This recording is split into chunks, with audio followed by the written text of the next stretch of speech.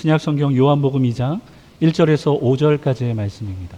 요한복음 2장 1절에서 5절까지의 말씀 다 같이 한 목소리로 읽겠습니다. 사흘째 되던 날 갈릴리 가나에 혼례가 있어 예수의 어머니도 거기 계시고 예수와 그 제자들도 혼례의 청함을 받았더니 포도주가 떨어진지라.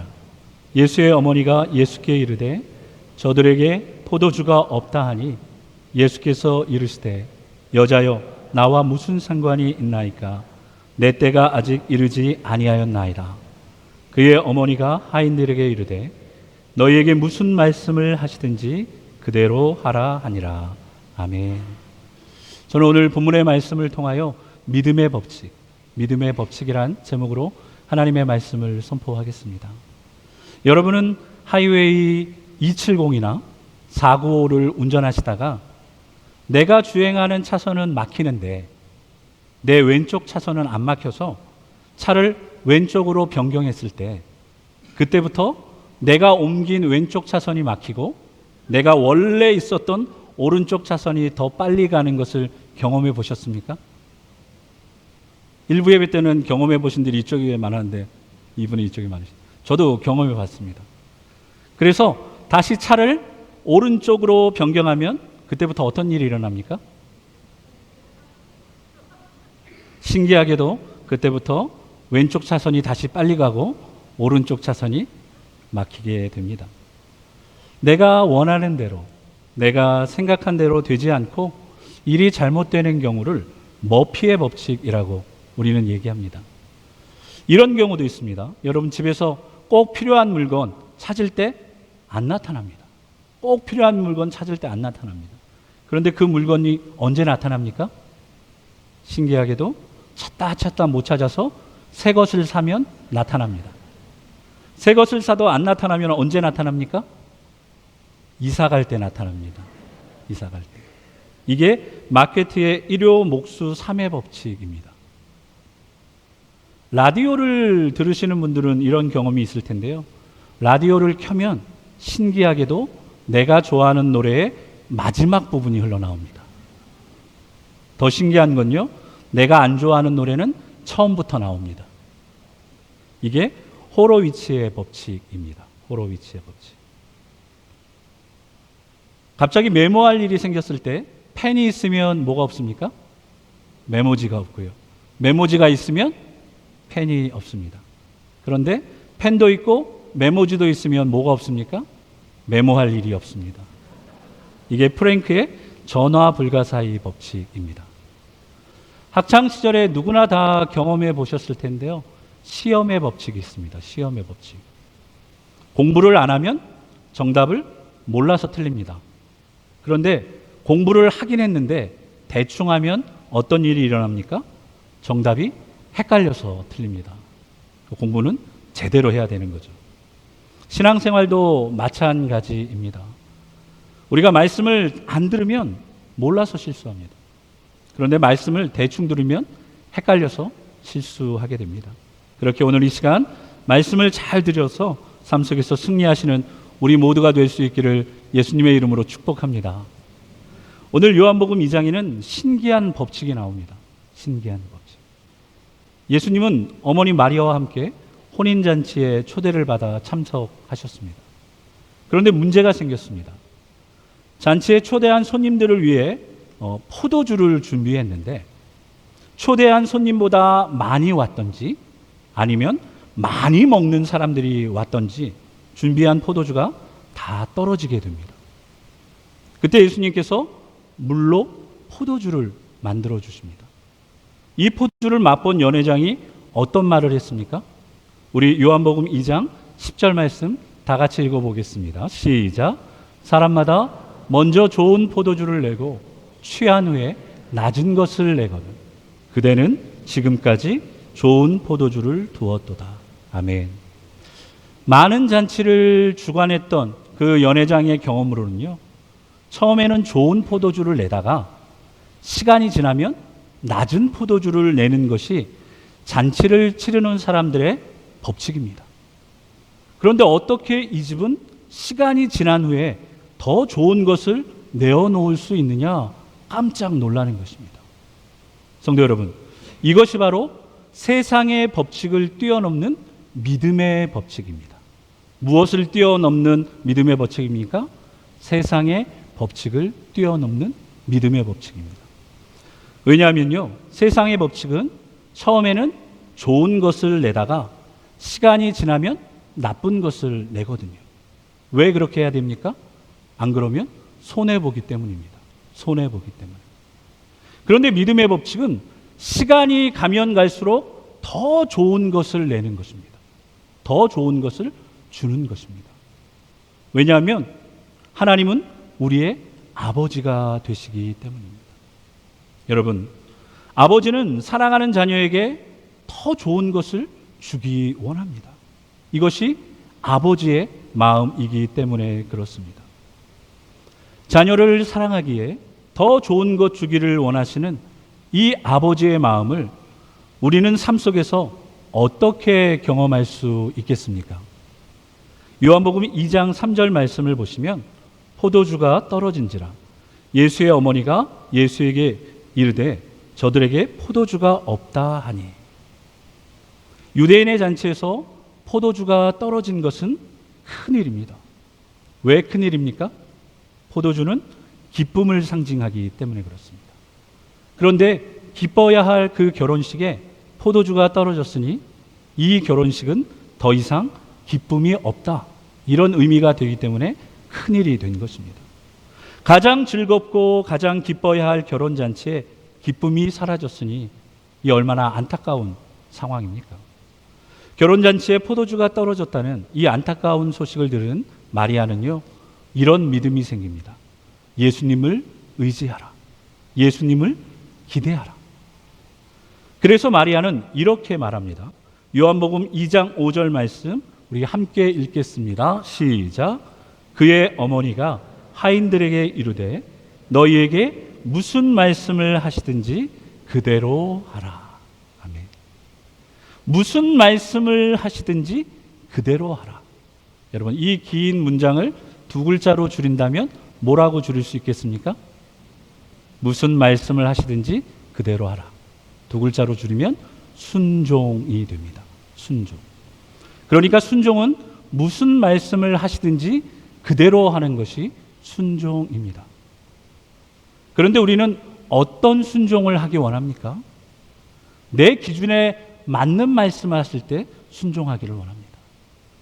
내 상황에 맞는 말씀을 하실 때 순종하기를 원한다는 것입니다. 그러나 성도 여러분, 잘 기억하셔야 합니다.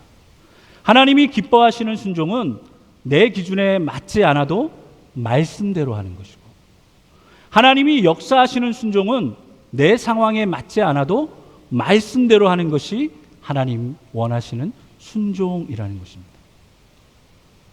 그런데 왜 하나님은 내 기준에 맞지 않은데, 내 상황에 맞지 않은데 우리가 순종하기를 원하실까요? 그 해답이 시편 32편 8절 말씀에 있습니다. 시편 32편 8절 우리 다 같이 읽겠습니다. 시작. 내가 내 갈 길을 가르쳐 보이고 너를 주목하여 훈계하리로다. 아멘. 제가 이 말씀을 좀 더 쉽게 이해할 수 있도록 현대인의 성경으로 읽어드리겠습니다. 내가 너를 지도하여 내 갈 길을 가르치고 너를 지켜보며 인도하리라. 우리가 하나님의 말씀대로 순종할 때 내 기준에 맞지 않지만, 내 상황에 맞지 않지만 하나님의 말씀대로 순종해야 하는 이유가 바로 이 말씀입니다. 하나님께서 우리가 하나님의 말씀대로 순종할 때 가르쳐 주시고 지켜보시며 인도해 주시기 때문입니다. 그렇기 때문에 성도 여러분, 저와 여러분은 내 기준에 맞지 않지만, 내 상황에 맞지 않지만, 그럼에도 불구하고 하나님의 말씀대로 순종하심으로 하나님께서 우리의 삶 가운데 가르쳐 주시고 또한 지켜보시고 인도해 주시는 놀라운 경험을 할 수 있기를 예수 그리스도의 이름으로 축복합니다. 아멘. 혼인잔치의 분위기가 가장 좋을 때 문제가 생겼어요. 포도주가 떨어졌습니다. 그래서 어떻게 해서든지 포도주를 구해보려고 하지만 방법이 없습니다. 그런데 그때 예수님의 어머니 마리아에게 예수님을 의지하라, 예수님을 기대하라, 이 믿음이 생긴 것입니다. 어떻게 마리아에게 이런 믿음이 생겼을까요? 어떻게 마리아에게 이런 믿음이 생겼을까요? 마리아에게 하나님의 말씀이 생각났기 때문입니다. 30여 년 전 남자를 모르는 자신이 잉태하여 아들을 낳을 것이라는 천사의 말을 마리아는 듣게 되었습니다. 이 말을 들은 마리아는 얼마나 두렵고 떨렸을까요? 남자를 모르는데 잉태하여 아들을 낳을 것이다. 여러분, 지금은 마리아 하면 우리가 듣기에 그 이름이 존경받고 존중받을 만한 이름처럼 들리지만요, 2000년 전에 마리아라는 이름은 마치 철수와 영희처럼, 죄송합니다, 혹시 철수와 영희가 계시면, 철수와 영희처럼 흔한 이름이었어요. 흔한 이름. 그리고 이 마리아는 아무도 모르는 시골에 살고 있던 한 여인의 이름이었습니다. 그런데 하나님은요, 사람의 눈에 띌 만한 좋은 조건이 하나도 없는 그 마리아를 발견해냈습니다. 이름 없는 들풀과 같이 살았던 나사렛 여인, 그 마리아의 몸에서 이스라엘을 구원할 메시아가 태어날 것이라는, 그것이 하나님의 계획이고 하나님의 복음임을 가르쳐 주신 것입니다. 이 놀라운 계획, 이 놀라운 복음을 들은 마리아는요, 처음에는 의심했겠죠. 두렵고 떨림에 걱정했을 것입니다. 그런데 나같이 부족한 사람을 통해서도 하나님의 역사가 이루어진다는 것을 깨닫게 되고 믿기 시작합니다. 그래서 마리아는요, 하나님의 말씀대로 나에게도 그렇게 되기를 원합니다, 그렇게 고백하며 하나님을 찬양합니다. 그 하나님을 찬양한 내용이 누가복음 1장 46절부터 나오거든요. 꽤 긴 내용인데 제가 좀 줄였습니다. 우리 마리아가 어떻게 하나님을 찬양했고 어떤 말씀이 마리아에게 기억나서 그런 믿음을 가졌는지 우리 생각하시면서 같이 읽겠습니다. 시작. 내 영혼이 주를 찬양하며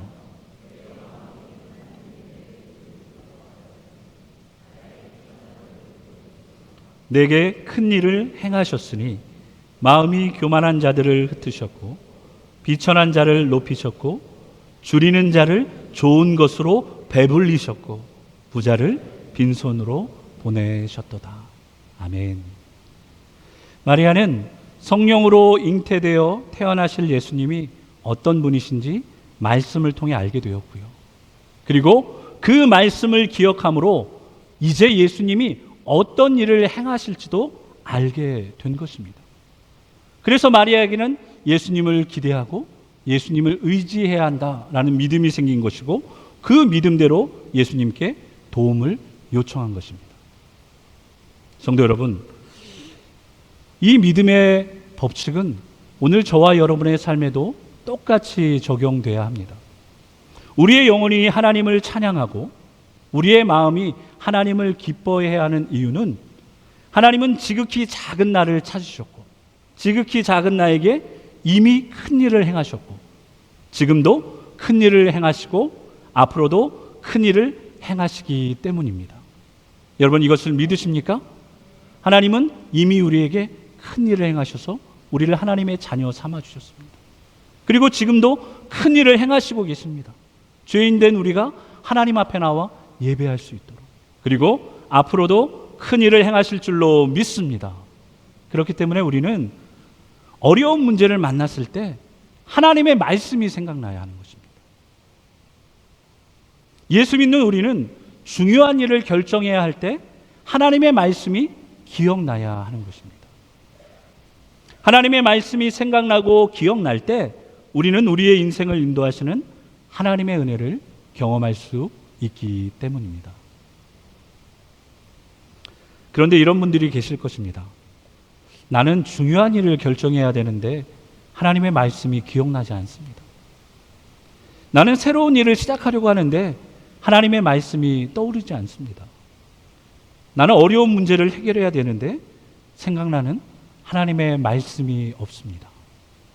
맞습니다. 이것이 우리의 현실입니다. 그러나 실망하지 마십시오. 하나님은 요한복음 14장 26절 말씀을 우리에게 선포해 주셨습니다. 요한복음 14장 26절 말씀 다 같이 읽겠습니다. 시작. 보혜사 곧 아버지께서 내 이름으로 보내실 성령 그가 너희에게 모든 것을 가르치시고 내가 너희에게 말한 모든 것을 생각나게 하시리라. 아멘. 성도 여러분, 저와 여러분의 현실, 저와 여러분의 한계를 뛰어넘을 수 있도록 하나님께서 우리를 위하여 큰 일을 행하십니다. 그 큰 일이 무엇입니까? 성령을 보내주시는 것입니다. 하나님의 인도하심을 받기 원하는데 말씀이 떠오르지 않고 말씀이 기억나지 않는 분들은 보혜사, 우리를 도우시는 성령님을 의지하라는 것입니다. 성령님께 도움을 요청하고 그리고 성령님의 가르침을 받으라는 것입니다.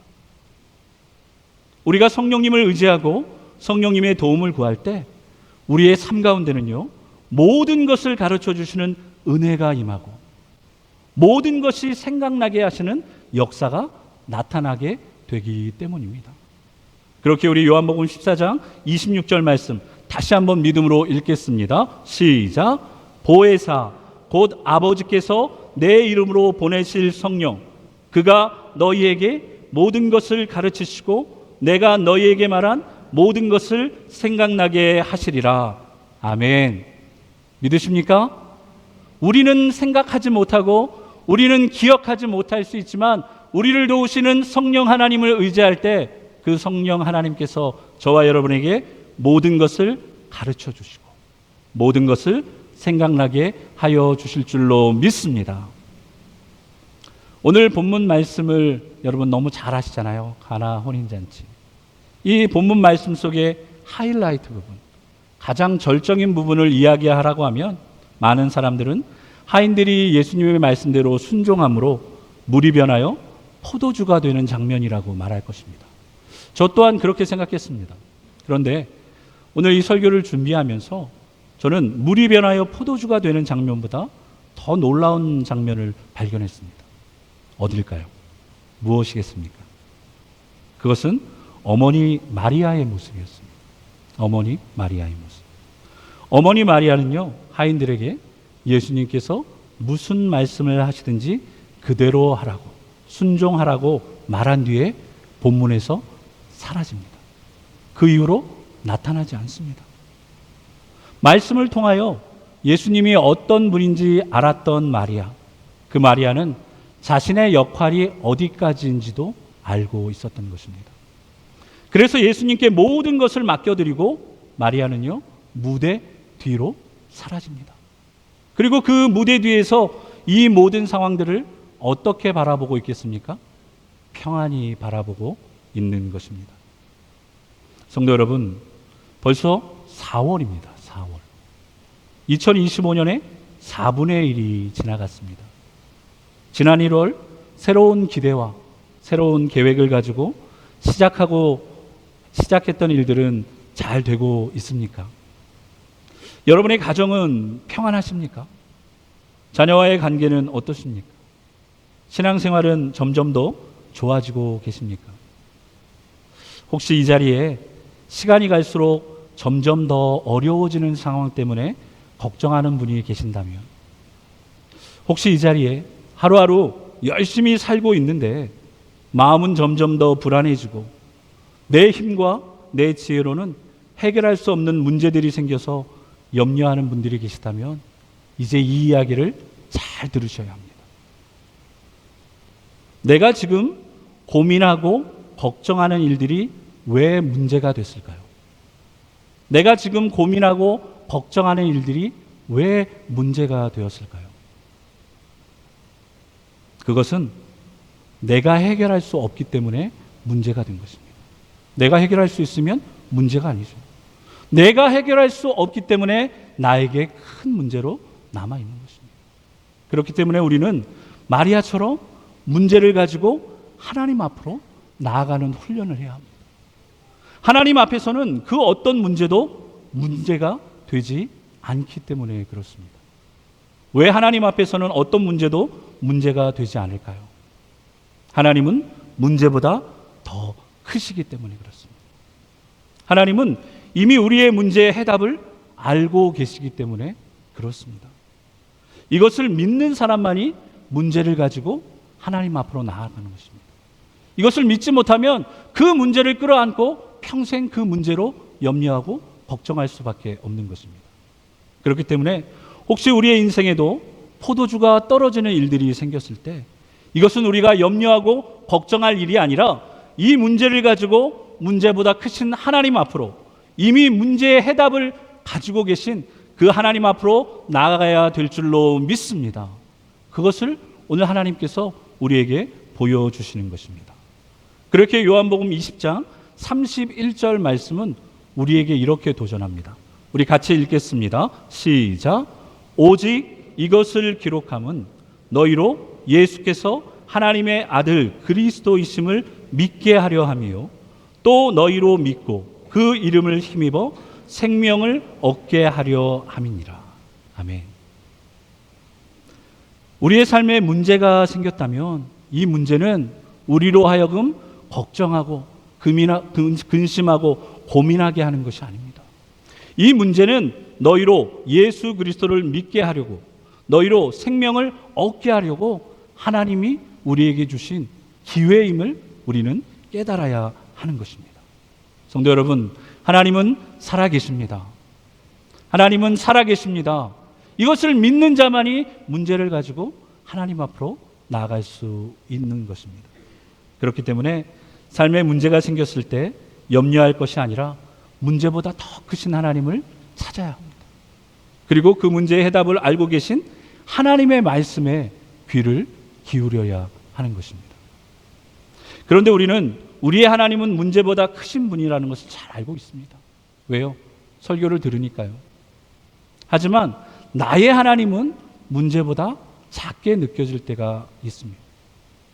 왜 나의 하나님은 문제보다 작게 느껴지는 것인지 아십니까? 그 이유는 나의 생각의 틀 안에 하나님이 갇혀 계시기 때문에 그렇습니다. 나의 생각의 틀 안에 하나님이 갇혀 계시기 때문에. 다시 말씀드리면 내가 하나님을 잘 알지 못하기 때문에 그렇습니다. 성경은 하나님은 말씀이시라고 우리에게 말씀하셨어요. 하나님은 말씀이시라. 그렇게 말씀으로 역사하시는 하나님 앞에 우리가 머무르지 않으면 우리는 하나님을 알 수 없습니다. 그런데 우리는 하루 24시간 중에서 얼마나 말씀 앞에 머물러 있습니까? 여러분, 하루 24시간 중에 하나님의 말씀 앞에 머무르는 시간이 얼마나 되십니까? 또 얼마나 겸손한 마음으로 하나님의 말씀에 귀를 기울이고 계십니까? 여기서 여러분에게 퀴즈 하나를 내겠습니다.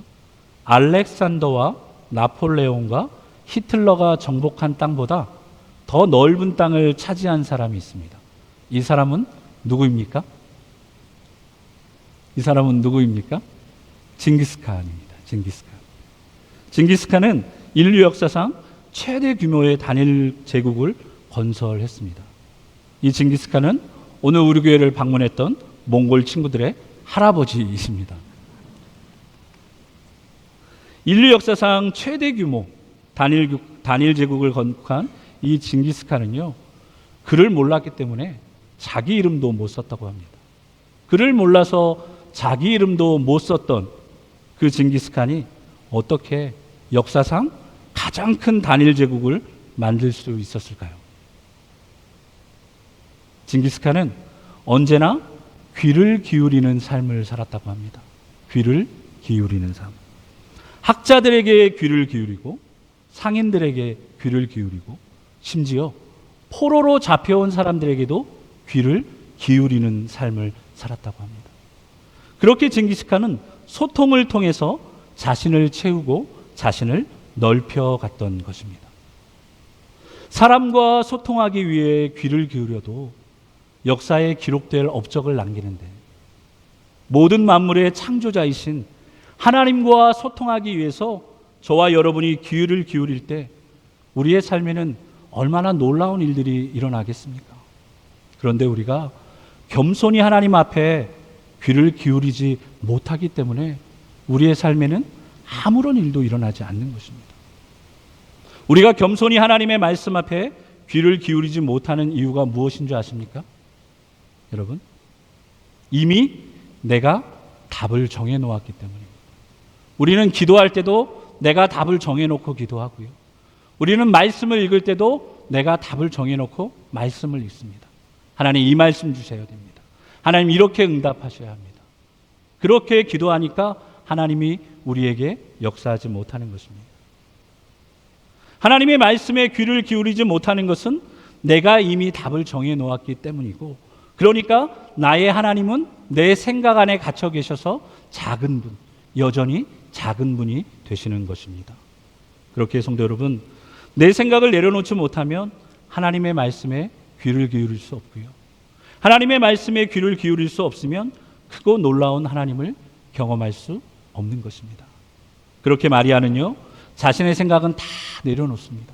그리고 무대 뒤로 사라져서 이제 예수님이 하실 일을 기대함으로 평안히 바라보고 있는 것입니다. 그때 예수님이 무슨 일을 하셨습니까? 물이 변하여 포도주가 되게 하셨습니다. 물이 변하여 포도주가 되게 하셨어요. 그런데 이 물로 만든 포도주가 포도로 만든 포도주보다 더 좋다고 평가를 받게 됩니다. 여러분 잘 아시죠? 물은 무색, 무미, 무취입니다. 맛도 없고 색도 없고 향도 없습니다. 그런데 어떻게 이런 물로 만든 포도주가 포도주로 만든 포도주보다 색깔이 더 좋고 맛이 더 좋고 향이 더 좋을 수 있을까요? 물이 더 깨끗한 물이 되었다.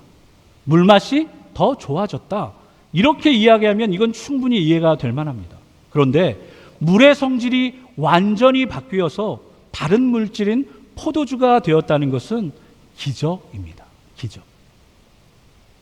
이 놀라운 일은 예수가 그리스도이심을 알게 하시고 믿게 하시려고 우리에게 행하신 표적이었다는 것입니다. 이 표적 뒤에는요, 하나님의 말씀을 기억해낸 마리아의 믿음이 있었고 또 예수님의 말씀대로 순종한 하인들이 있었다는 것입니다. 그렇게 선포된 하나님의 말씀을 기억하고 또 선포된 하나님의 말씀대로 순종할 때 저와 여러분의 삶에는 세상의 법칙을 뛰어넘는 믿음의 법칙이 이루어지게 되는 것입니다. 그렇게 이 믿음의 법칙을 여러분 잘 기억하시고 이제 우리의 삶 속에서도 이 믿음의 법칙이 적용될 수 있기를 예수 그리스도의 이름으로 축복합니다. 말씀이 기억나야 합니다. 그리고 기억난 말씀대로 순종해야 합니다. 우리 믿음을 가지고 제가 흰색 글씨를 읽으면 여러분은 노란색 글씨를 크게 읽도록 하겠습니다. 하나님은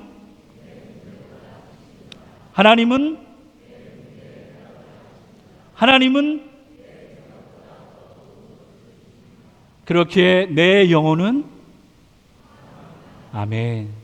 사랑하는 성도 여러분, 염려하고 근심하고 걱정하지 마시고 말씀을 기억하십시오. 그리고 말씀대로 순종하십시오. 산책을 하다가 추운 겨울을 이겨낸 나무를 보고 울컥했던 적이 있었습니다. 사진을 보시면요, 이 나무는 잎사귀 하나 없는 상태였습니다. 이 나무 가지의 끝은 다 땅을 향하여 쳐져 있었습니다.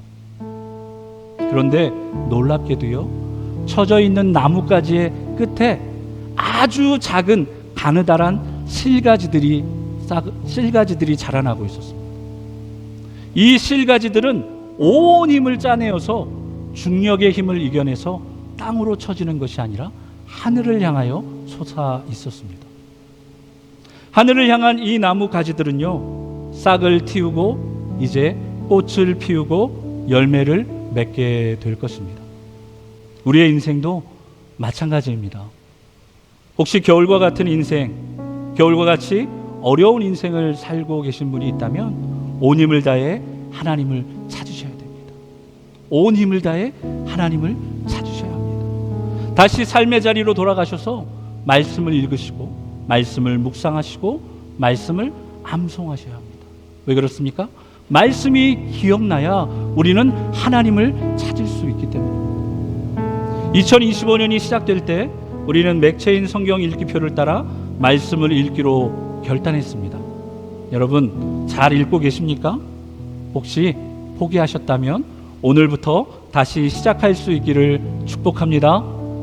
그리고 삶의 자리에서 문제를 만났을 때 이거는 염려하고 걱정할 일이 아니라 하나님께서 기도하라고 주신 일이구나, 그렇게 깨닫고 저와 여러분은 이렇게 기도해야 됩니다.